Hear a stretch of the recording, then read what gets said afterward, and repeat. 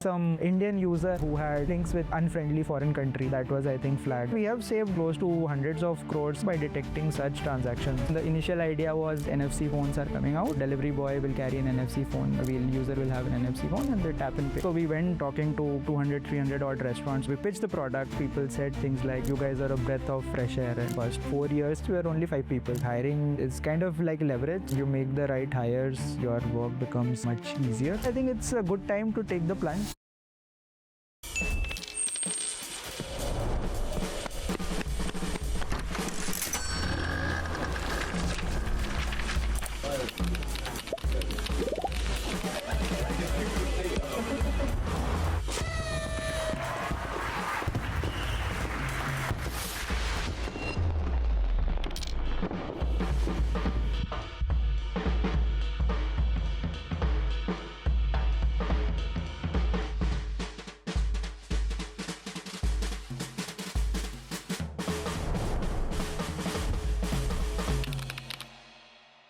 Reeju, let's start with a quick introduction. Who are you and what does Cashfree do today? I'm Reeju Datta, one of the co-founders of Cashfree. We are an online payments company. We work with close to 1 million businesses and help them accept payments across various use cases like domestic payments, cross-border payments, recurring payments, and so on.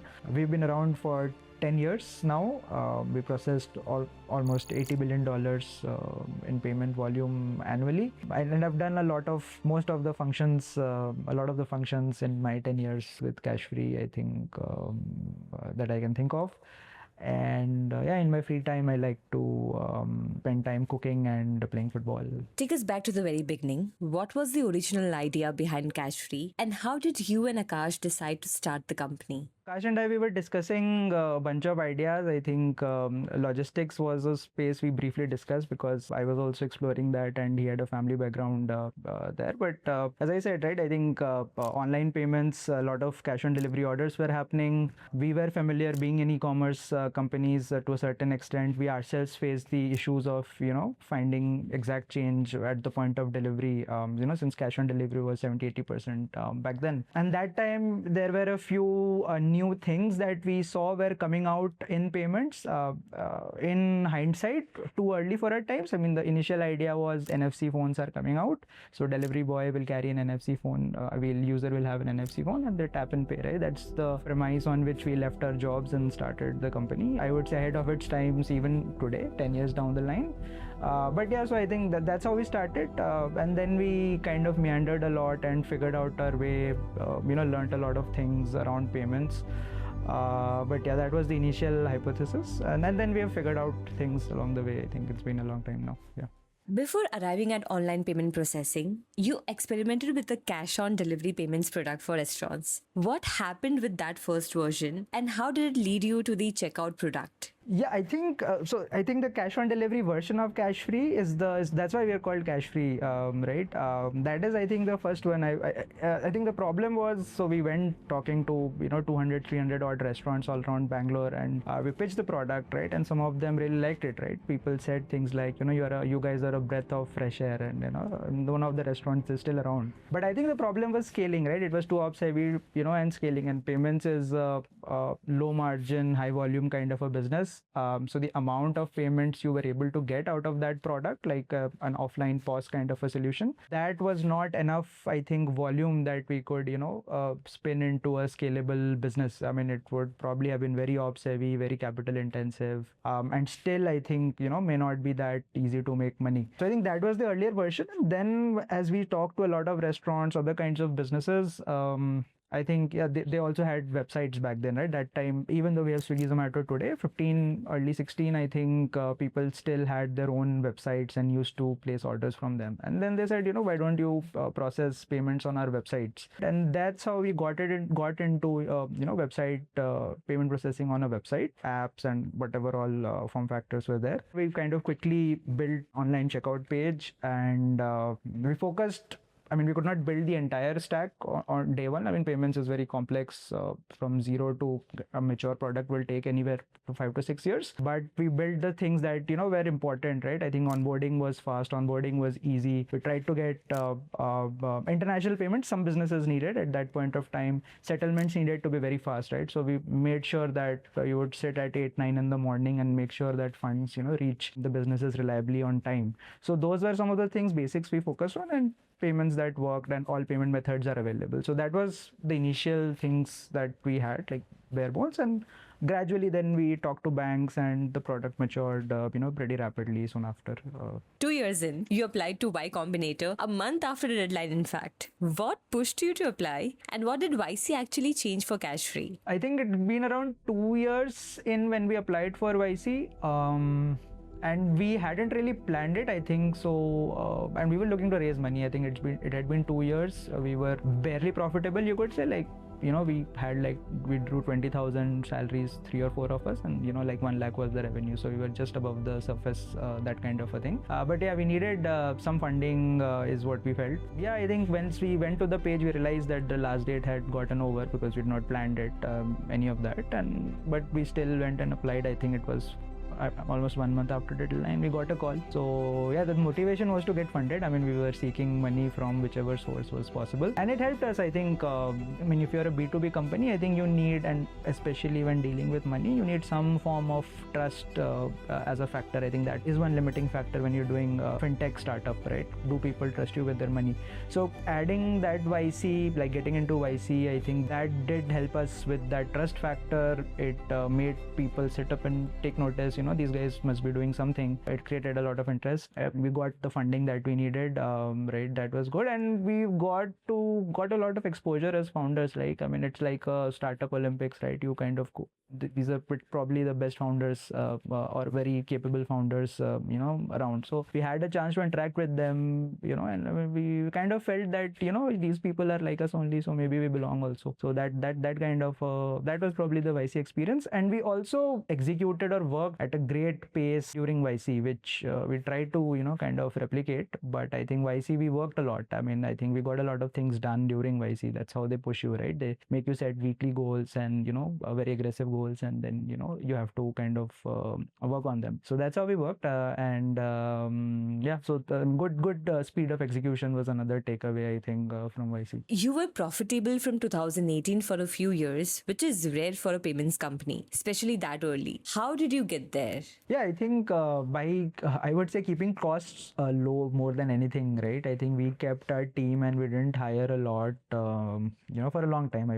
When we went to YC, I think for the first 4 years, I think we were up to, not 4 years, maybe 3.5 years, we were only 5 people, right? So I think that is a major contributor. So we did more with less. I think keeping costs low so that it was easier to be profitable, I think. Yeah. And today, you're using AI to fight fraud that AI itself is creating. From where you sit, what does that arms race actually look like? I would say it's, if you're asking about AI-based fraud, I think it's a part of any new technology whenever it comes in. I think when computers came out, you had viruses and then you had antiviruses. So I think it's part of the process. We will figure out ways to combat that. But as of now, yeah, there is an AI-generated fraud that we see. It's easier to perpetrate certain kinds of fraud, and which creates a demand for tools that can, kind of navigate fraud using AI, machine learning. So we offer a bunch of things, I think, anomalous transaction patterns, right? Graph database linkages, those kind of things. Again, things that we've built in-house, but we offer it under Shield. That's the product that we have. Video KYC is something that we've worked on, right? Making sure we're able to keep the conversion rates for a regulated entity in check. Not in check, like we are able to maximize the conversion rates for a regulated entity. Then there is CKYC, which is often a way for businesses to not even do video KYC.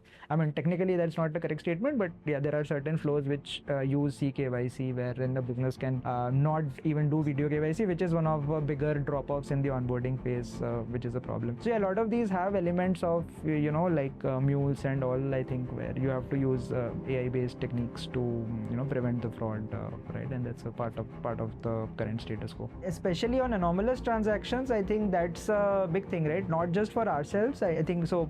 Anomalous, how it works is it's able to detect any change in the velocity or the pattern that may not be suited for this kind of businesses.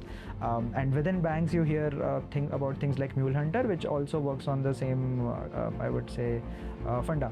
So at Cashfree, yeah, we have saved, I think, I would say close to hundreds of crores, by detecting such transactions, right? And that goes back to one of the things earlier that I mentioned, right? We were aware of the risks that could come, and hence we built these things in-house proactively as well, which kind of helped us later. So not just for us, we've saved almost 20 to 30 crores over a period of a quarter for some very reputed companies who were customers, right? And yeah, so I think that's what we see. I mean, we keep seeing a lot of interesting startups, interesting use cases. One thing I can mention for ourselves, we had some Indian user, I think, who had I would say a passport or some links with let's say unfriendly foreign country. Yeah, so that was, I think, flagged. So yeah, that's one instance that I can tell off the bat that verification detected. Yeah. Globally, companies like Stripe, Aiden, and Braintree earn strong margins on card interchange. But India leapfrogged that with UPI, which is essentially a zero margin public good. So, where does a payments company build defensible, monetizable value in India? Yeah, so I think payments is always a low margin, high volume business. And India, is also a market that I think tends to be low margin, right? So that challenge is, I think, not just for payments, for anyone, I think, operating in India. So you have to innovate. I think, you need to kind of add value. So I think there are a lot of value added offerings. So we discussed a lot of cross border, which is a high margin segment that businesses need. There are a lot of payment methods, I think, beyond UPI, which may be relevant for certain use cases, like let's say you have EMI, right? You need card payments for anything that's high value. Now you have credit on UPI. So fortunately, I mean, not fortunately, but I mean, India is a market where people like to use credit. So, in a situation where a lot of the UPI transactions convert to credit transactions, I think you'll also, probably have more contribution to the revenue pools from UPI. Beyond that, I think it has to be value-added services. Are you able to monetize things like we discussed, our risk offerings, right? Is that something businesses need? Helping them make sense out of their data, maybe through all the AI and the MCP related items that we discussed. So I think you have to keep figuring out how to kind of innovate, what justifies, what makes a platform valuable for a business so that they're willing to pay for it and not tie it to like a transaction. I think that's how we would like to think. Cashfree was the first company to receive the payment aggregator cross-border license from the RBI. What signals in the market convince you to go after cross-border payments early? Yeah, I think cross-border is again something that we saw growing. We saw a need for international transactions. Some merchants kept asking us for that. We also had inbound from foreign businesses looking to collect payments from India. So hence, we were pretty sure. I think that these. I think if you look at today, businesses in India want to sell globally. So that is one of the trends we are seeing. And both businesses outside of India, they want to collect payments using Indian payment modes. Even let's say a lot of the AI companies that we have today, they have to accept payments through UPI, right? And we power that for a bunch of them, right? So a lot of the cross-border volume is today actually UPI payments for AI companies, collecting subscriptions. So these are things I think we anticipated will grow, and I think both from inbound conversations that we had and how we felt saw it growing, and apart from the fact that it was also a high margin segment, so it made business sense. So it was a natural evolution, and that's why we applied. After 10 years of building Cashfree, what's the one lesson you wish someone had told you on day one? Maybe pay a lot more attention to, I would say, hiring. I think hiring is kind of like leverage. So I think you make the right hires, your work becomes much easier. So yeah, I think maybe maybe deliberate more on some, like hiring decisions to make sure it's okay to wait. I would say rather than hiring fast sometimes, right? So, and that comes with experience. Like, I mean, it's difficult to kind of also know that when you're starting off. Finally, for someone sitting on the fence about starting up today, what would you tell them? Yeah, I think it's a good time to take the plunge. It's just kept getting better. I think today capital is there, a lot of advice, role models are there, which was not maybe there 10 years back. So it's a good time to, I think, take the plunge, and it's not seen as a risk as of today, right? Like earlier we had a thing, right? Like what will you do if it doesn't work out? I think now there's enough, I would say, cushions and options. Yeah.